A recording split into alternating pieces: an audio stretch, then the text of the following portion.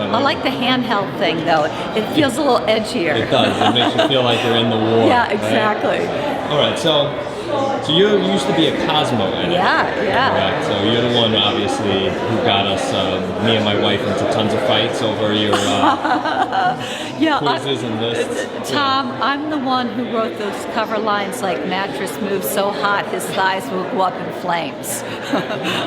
I plead that I did that. Quizzes? Oh yeah, no, I oversaw the quizzes, everything, and of course, people do.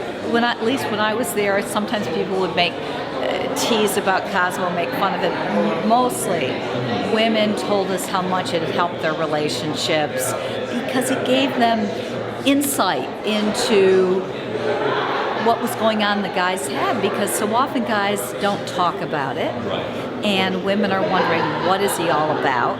And men would write in all the time and say they love Cosmo too because it was like having the other team's playbook. And what I found reassuring about that was that both sexes wanted to know what was going on in the other's head. And how'd you make that transition? How'd you decide to give it all up and start writing thrillers? Well, even when I was at Cosmo, I recognized there was a part of me that always wanted to write thrillers and mysteries. And so I started to lay the foundation. I met with a financial person and figured out, can I do it? When can I do it? And then I started writing mysteries while I was at Cosmo. I wrote 8. And that was burning the candle at both ends. I would get up early before my kids got up, and then I would take them to school, or on weekends, I would get up before they got up, and I did a terrible thing. I let them watch cartoons for an hour on the weekends. And so... Depends on what decade that was. Cartoons are a lot better back they were politically correct cartoons, no violence. But when I was ready to leave Cosmo, I'd already had 8 books under my belt, 8 murder mysteries and thrillers, and I was ready to do it. And now they call that a side hustle, but back then it was Plan B.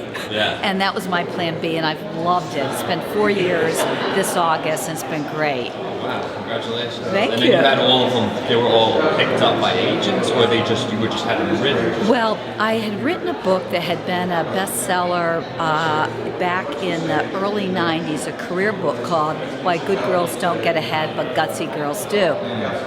And I confessed to my agent, look, I really want to write mysteries and thrillers.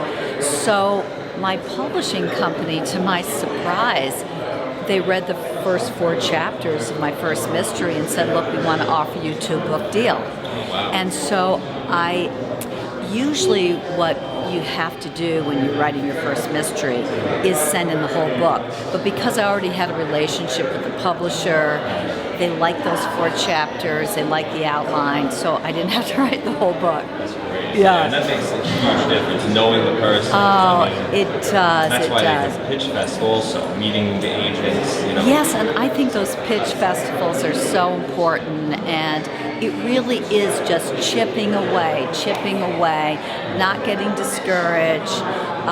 CJ Box was talking today about he waited 3 years to hear from an agent, and it turned out the agent was dead. You just got to stay with it. Like a lot of people, their agents die on them. I mean, more than you would think. Right. And thank God maybe the author didn't kill the agent. Right. Yes.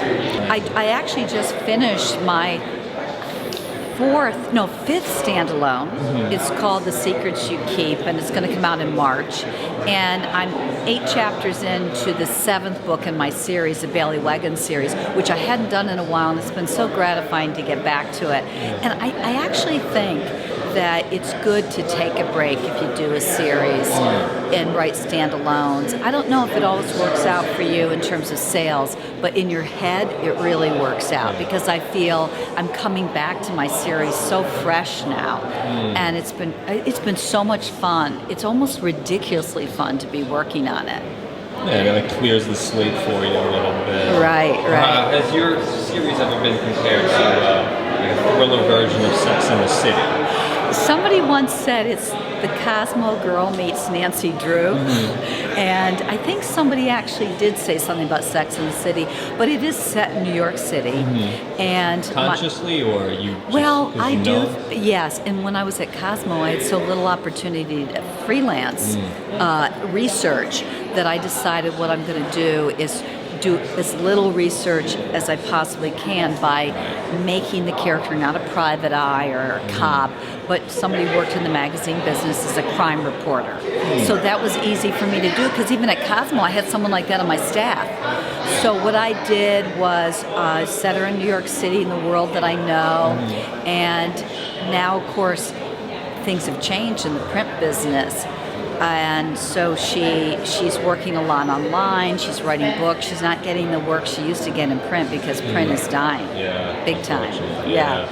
Did you base this on anybody that any villains on people? No, but I based the main character, I think, on that part of me that always wanted to be a freelancer. I always say that I was a good corporate citizen, but I had the soul of a freelancer. Thank you so much. Thank you so much.